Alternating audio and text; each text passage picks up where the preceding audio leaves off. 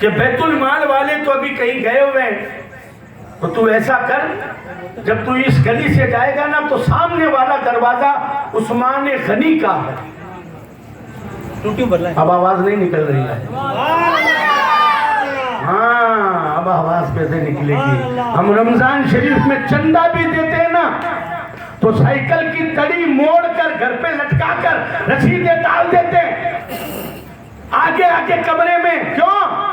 कोई आने वाला आए तो पता तो चले सखी का घर है। हाँ, देवनाड़े रो घर हो और लुटावा अल्लाह री बारगाह में भली 21 रुपयारी 250 रसीदा कांगुड़ी है। बड़े बुरा नहीं है जी, आप अपने रिकॉर्ड के लिए रखें या किसी लिए रखें, लेकिन ये दिखावा नहीं होना, दिखावे की नीयत नहीं होनी चाहिए कि कोई देखे तो मुझे सखी कहे। हमारी सखावत की हैसियत ही क्या है यार। उस्मान गनी जी, जिन्हें गनी का लक़ब मिला, जिन्होंने सखावत हुजूर के कहने पर की 2 मरतबा, तो मेरे नबी ने खुद फरमाया, उस्मान तूने जमीन पर 2 मरतबा जन्नत को खरीद लिया है। हाँ, ये किराए के पट्टे हैं हमारे। वाह, किराएदार मालिक नहीं होता, उस्मान गनी मालिक है। खुद ज़बाने रसूल ने फरमाया कि तेरा रब फरमा रहा जन्नत दी, जन्नत दी। वो उस्मान गनी। अब फारूक आजम ने कहा इधर से जाना, उस्मान गनी का घर है, वहां चले जाना और मेरा कह देना और बात बता देना, वो तेरी मदद कर देंगे। देखिए गौर से सुनना, इधर देखिए आप जी नवाजिश, इधर देखिए। सुभान अल्लाह, सुभान अल्लाह। गए, दरवाजे पर पहुंचे ही थे, दरवाजा बंद था, लेकिन अंदर से उस्मान गनी की आवाज क्या आ रही थी मालूम है? जी, अपने बेटे को डांट रहे थे कि तूने शहद में, दूध में शहद क्यों मिलाया? का मीठा करने के लिए, का दूध तो वैसे ही मीठा होता है, शहद क्यों मिलाया? ये फिजूल खर्चे क्यों की तूने? मिलाना जरूर इस तरीके से डांट रहे थे, गुस्सा हो रहे थे। वो आदमी की हिम्मत टूट गई। उसने कहा यार, दूध में शहद मिलाने पर इतना गुस्सा हो रहा है, वो मुझे क्या देगा जी। वो चला गया, फारूक आजम के पास में आया। फारूक आजम ने फरमाया हो गया? कहा नहीं सरकार, वो तो गुस्से में भरे पड़े हैं, वो डांट रहे थे अपने बेटे को, वो यूं समझा रहे थे। फारूक आजम ने मुस्कुरा कर कहा अरे जा तो सही, तू दरवाजा खटखटा, तू अपना सवाल तो रख। फिर वो गया, फिर दरवाजा उसने जब खटखटाया, उस्मान गनी ने दरवाजा खोला। दरवाजा खोलते ही सलाम दुआ हुई, आपने फरमाया बोलो। कहा मुझे फारूक आजम ने भेजा है, मैं हाजतमंद हूँ, ज़रूरतमंद हूँ। आपने फरमाया अंदर आ जाओ, अंदर आओ। अंदर लाकर बिठाया। बिठाने के बाद में उसने कहा हजरत मैं आपको बताऊँ? कहा बाद में बताना। आपने अपने बेटे को आवाज़ देकर कहा दूध लाओ और शहद लेकर आओ, दूध लाओ शहद लेकर आओ। अभी बेटे को तो शहद के लिए डांट रहे थे और दो बेटे से कहा दूध मिला शहद मिला। उसके सामने दूध शहद की प्याली और दूध का प्याला रखा गया। उसने वो घबराया हुआ तो था ही, उसने कहा साहब, उसने खाली दूध उठाया। आपने फरमाया शहद क्यों नहीं डालते, दूध का जायका भी बढ़ जाएगा और मीठा भी हो जाएगा, मजा भी आएगा। कहा नहीं सरकार, दूध तो यूं ही मीठा होता है, मैं यूं ही पी लूंगा। आपने फरमाया नहीं शहद डाल और जायका हो जाएगा। कहा नहीं शहद नहीं। आपने अपने हाथों से उठाया, शहद डाल दिया, शहद डाला और उसके बाद में पिलाकर पूछा बता क्या हुआ? कहा ऐसी ऐसी बात है। आपने पिलाया, आपने लाकर माल उसकी झोली में डाल दिया और उस जो सोच कर आया था उससे कहीं 10 गुना ज्यादा उसे दिया गया। जब दिया गया तो आंखों से आंसू बहने लग गए, हाथ कांप रहे थे, झोली कांप रही थी। आपने फरमाया क्या हुआ? कहा थोड़ी देर पहले अपने बेटे को शहद मिलाने के लिए डांट रहे थे, मेरा कलेजा टूट गया कि जो बंदा अपने बेटे को, अपनी औलाद को शहद मिलाने पर डांट रहा है, वो मेरी मदद क्या करेगा, वो मेरी जरूरत क्या पूरी करेगा? आपने फरमाया बैठ, इस सवाल का जवाब भी लेता चला जा। मैंने अपने बेटे को दूध में शहद मिलाने के लिए इसलिए मना किया था ताकि मेरी औलाद के दिलो दिमाग में ये ना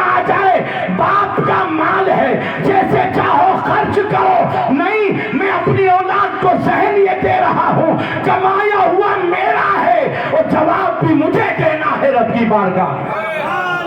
हिसाब भी मुझे देना है अल्लाह की बात। हम हिसाब से बेखबर हो गए।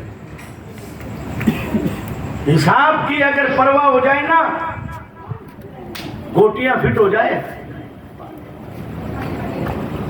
नाजायज जगह पर लगना ही बंद हो जाएगा, गलत जगह पर लगना ही बंद हो जाएगा। हाँ, अलमारियां भरी पड़ी है कपड़ों से, अलमारियां भरी पड़ी है कपड़ों से, लेकिन फिर भी 4 जोड़ा तो और चाहिए, 4 जोड़े तो और चाहिए। रिसेप्शन में भी पहनना, उसमें भी पहनना, उसमें भी पहनना, उसमें भी पहनना, 2 जोड़े इसमें चाहिए। कमी किसी चीज की नहीं, शर्म आती है एक बार पहना हुआ लिबास पहनकर जाने से। ए मेरी माओ बहनों, कौन देख रहा है तुम्हें? अरे जिसे दिखाना है तेरी जीनत, वाह क्या जुमला, तेरा सजना, तेरा संवरना, तेरा मेकअप, तेरा श्रृंगार, तेरे चमकीले दमकीले कपड़े, तेरे बदन पर लगे हुए इत्र की खुशबू अगर दूसरा देखकर राजी होता है तो तेरा ठिकाना जहन्नम बन रहा है। और अगर तेरा सजना संवरना देखकर तेरा शौहर राजी हो रहा है तो जन्नत तेरा ठिकाना बनाया जा रहा है। सुभान अल्लाह, सुभान अल्लाह।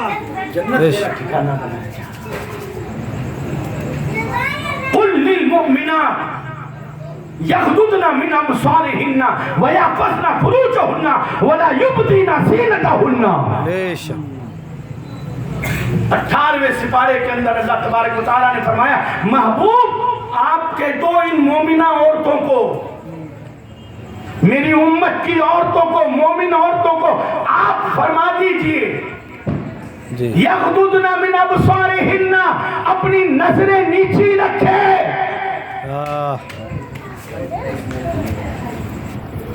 कोयली की तरह आंखें फाड़ कर बाजार में न चले, गैर की बेटी की तरह ऊपर यूं झांकती न चले। यग़दुदना मिन अबसारिहिन्ना, नजरें नीची रखे, व यहफ़ज़ना फ़ुरूजहुन्ना, अपनी पासाई की हिफाजत करे, वला युबदीना ज़ीनतहुन्ना, अपना श्रृंगार दूसरों पर जाहिर न होने दे। क्या बात, और आज हो क्या रहा है यही हो रहा। मैं बोलूंगा तो आपको हंसी आएगी, लेकिन बोलूंगा सच में। तसिया ये है कि आप हंसते हो जी, घर में 6-6 दिन सूगली बैठी हुई है, और जैसे ही कहो रिसेप्शन में जाना है, फंक्शन में जाना, ठहरो कपड़े बदल के आ, मुंह हाथ धो के आ जाती हूँ, हाथ धो के आ जाती हूँ। वला युबदीना ज़ीनतहुन्ना, ये कुरान कहता है कि तेरा सजना, तेरा संवरना, तेरा श्रृंगार, तेरा मेकअप, तेरी खुशबू सिर्फ तेरे शोहर तक महदूद रहे। ये इस्लाम ने हक तेरे शोहर को दिया है। वला युबदीना ज़ीनतहुन्ना। मेरे आका सल्लल्लाहु तआला अलैहि वसल्लम के प्यारे दीवानों, मेरा वक्त बिल्कुल मुकम्मल होने जा रहा है। आखिरी बात खाली कहकर अपनी बात खत्म कर दूं। खाली इस चीज को दिमाग में बिठा लो कि हमें हिसाब देना है। सुभान अल्लाह, सुभान है ना भाई साहब? दुकानदार अगर ये कह जाए 800 रुपए का माल है, मेरा गिना हुआ है, 36 सूट है मेरे गिने हुए हैं, बस 8 दिन बाद वापस आ रहा हूं, अब बताओ इधर उधर कर सकते हो? नहीं कर सकते। तुम्हें पता है, उसे मालूम है कि सूट कितने, उसे मालूम है कि रुपया कितना है, अब क्या इधर उधर करोगे? कहां करोगे? रिस्क अल्लाह देने वाला, सुभान अल्लाह, जिंदगी अल्लाह की दी हुई, नेमतें खुदा की दी हुई। सुभान अल्लाह। हजरत हातिम असम वाह रहमतुल्लाह ताला अलैह, अल्लाह के एक वली है। सुनना, एक बादशाह हजरत हातिम बिन असम के पास में गया और उन्होंने कहा कि आज मैं आपकी दावत रख रहा हूं। आपने फरमाया नहीं, मैं नहीं आता, मैं नहीं आता। बादशाहों के यहाँ हमारा क्या काम है, फकीरों का? और आज हम जैसे फकीर तो सबसे पहले नजर आते हैं। हाँ, मैं अपने आप को फकीर नौशाद अहमद कादरी, और नेताओं के झुरमुट में सबसे आगे, अभी नेताओं की फोटो में सबसे आगे। अबे तू काहे का फकीर है भाई? फकीर तो निजामुद्दीन औलिया थे कि जब अलाउद्दीन खिलजी ने कहा था मैं आ रहा हूँ, जी जी क्या कहने 10 मर्तबा कहा आप आइए, कहा मैं नहीं आता, तो कहा मैं आ रहा हूँ, कहा तू भी मत आ, कहा कोई रोकने वाला थोड़ी है, खानका आपकी आने वाला मैं हूँ। तो आपने फरमाया मेरी खानका के 2 दरवाजे हैं, एक से तू आएगा, दूसरे से फकीर निकल जाएगा। है क्या कहने, बहुत दूसरे अच्छा से फकीर निकल जाएगा। तो उसने कहा आखिर बात क्या है? जी। कहा, देख फकीर और बादशाह का मामला अलग अलग है, तू तेरे ठिकाने रहे, मैं मेरे ठिकाने रहता हूँ। अलाउद्दीन आ गया, छाती पर आ गया, आपने दरवाजा बंद करवा दिया। 2 फकीर दरवाजे पर खड़े थे, लकड़ी लेकर, हंसा लेकर खड़े थे। अलाउद्दीन हंसा और हंसने के बाद में कहा अंदर है? कहा अंदर है। कहा नहीं जाने दोगे? कहा नहीं जाने देंगे। अल्लाह अल्लाह। उसने फरमाया दरबान हो? कहा दरबान है। कहा एक पर्ची तो लेकर आओ। क्या बात? पर्ची मंगवाई, पर्ची के ऊपर लिखा सरकार आप फकीर में बादशाह, लेकिन मेरे दरवाजे पर भी दरबान, आपके दरवाजे पर भी दरबान, फर्क क्या है? तो फिर फकीर और बादशाह में फर्क क्या हुआ? पर्ची की पीठ पर वापस लिखा बादशाह तेरे दरवाजे पर दरबान फकीरों को रोकने के लिए खड़े किए जाते हैं, और फकीर के दरवाजे पर दरबान बादशाह को रोकने के लिए खड़े किए गए। ये फर्क है। जी जी जी खैर बात बहुत लंबी हो जाएगी, पूरा मैं उस तरफ नहीं जाऊंगा। हजरत हातिम असम बादशाह गया, उसने कहा दावत, आपने मना कर दिया, नहीं। बड़ा इसरार किया उसने, बहुत इसरार करने के बाद में आपने फरमाया चलो सुन्नत समझकर कबूल करता हूं। क्या कहा? हाँ सुन्नत समझकर कबूल करता हूं। कहा कल आ जाइए। कहा ठीक है। बादशाह ने हजरत हातिम असम की दावत कबूल करने की खुशी में इस कदर दावत रखी कि शहर के बड़े बड़े लोगों को बुलवाया, बड़े बड़े लोगों को बुलवाया, अच्छा माल बनाया, बड़ी बड़ी बेहतरीन ग़िज़ाएं बनवाई, भीड़ हो गई साहब। दूसरे दिन दावत में हजरत हातिम जब असम दावत में पहुंचे तो देखा मजमा लगा हुआ है, खाने वालों की भीड़ लगी हुई है। आप गए, और ये होती ना गैलरी हमारे घरों में जहां हम जूतियां खोलते हैं, वहां खड़े हो गए। बादशाह को किसी ने कहा, वो आ गए अल्लाह के वली, का अंदर बुला। वो जब नौकर गया कि आपको अंदर बुलाया जा रहा है, तो आपने फरमाया अंदर नहीं आऊंगा, यहीं बैठूंगा। जी तो सरकार यहाँ लोग जूते खोलते हैं। कहा मेरी मर्जी, मैं जहाँ चाहूँ बैठूँ, मैं यहीं बैठूंगा। कहा हजरत, अरे मैंने कहा आपने फरमाया मैं यहीं बैठूंगा। बादशाह के पास में नौकर जाकर कहने लगा वो जिद कर रहे हैं, वो तो कह रहे हैं मैं वहीं बैठूंगा जहाँ लोग चप्पलें खोलते हैं। कहा ठीक है, छेड़ मत, खाना ले जाकर दे दे। अब साफ तबाक में सजाकर बड़े बड़े जबरदस्त मुरक्कन ग़िज़ाएं लेकर ले जाकर दी गई। आपने फरमाया रख दो। रखने के बाद में उस खाने से कुछ नहीं खाया, बल्कि अपने थैले से सूखा रोटी का टुकड़ा निकाला, हाँ और उस रोटी के टुकड़े को पानी में डुबो डुबो कर खाया। वाह वाह। बादशाह के पास में नौकर ने कहा साहब खाना भी अपना नहीं खाया, अपनी थैली से रोटी का टुकड़ा निकाल कर खाया है। फकीर ने कहा कोई बात नहीं। फिर आपने फरमाया सिगड़ी लाओ, सिगड़ी, भट्टी जिसे कहते ना, बड़ी सारी अंगीठी सिगड़ी का, वो लेकर आओ। वो लेकर आए, लोग जलाई, और चुपचाप बैठो, जो माइक की जरूरत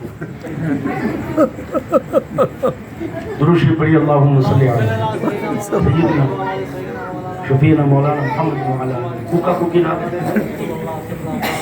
मौलाना मुहम्मद व अला आलि सय्यिदिना मौलाना मुहम्मद बारिक वसल्लम सलातुम व सलामुन अलैका या रसूलल्लाह व सल्लम अलैका या हबीबल्लाह।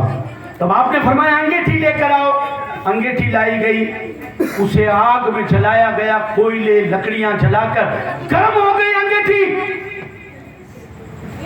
तवा रखा, तवा सुर्ख हो गया, लाल सुर्ख आग की वजह से। फिर उस तवे पर आप खड़े हो गए नंगे पांव खड़े होकर आसमान की तरफ मुंह करके कहे, अल्लाह वाह अभी मैंने सूखा रोटी का टुकड़ा खाया है, वाह है, बस अभी जो खाया मैंने हिसाब सब दे दे दिया। नीचे उतरे और उन मालदारों से कहा, आओ तुम अपने खाने का हिसाब दो यहां खड़े होकर। कौन खड़े हो, कौन खड़ा हो उस तवे पर? सब कांपने लग गए। आपने फरमाया, उन लोगों ने कहा अभी जरूरी थोड़ी है एक टाइम के खाने का हिसाब देना।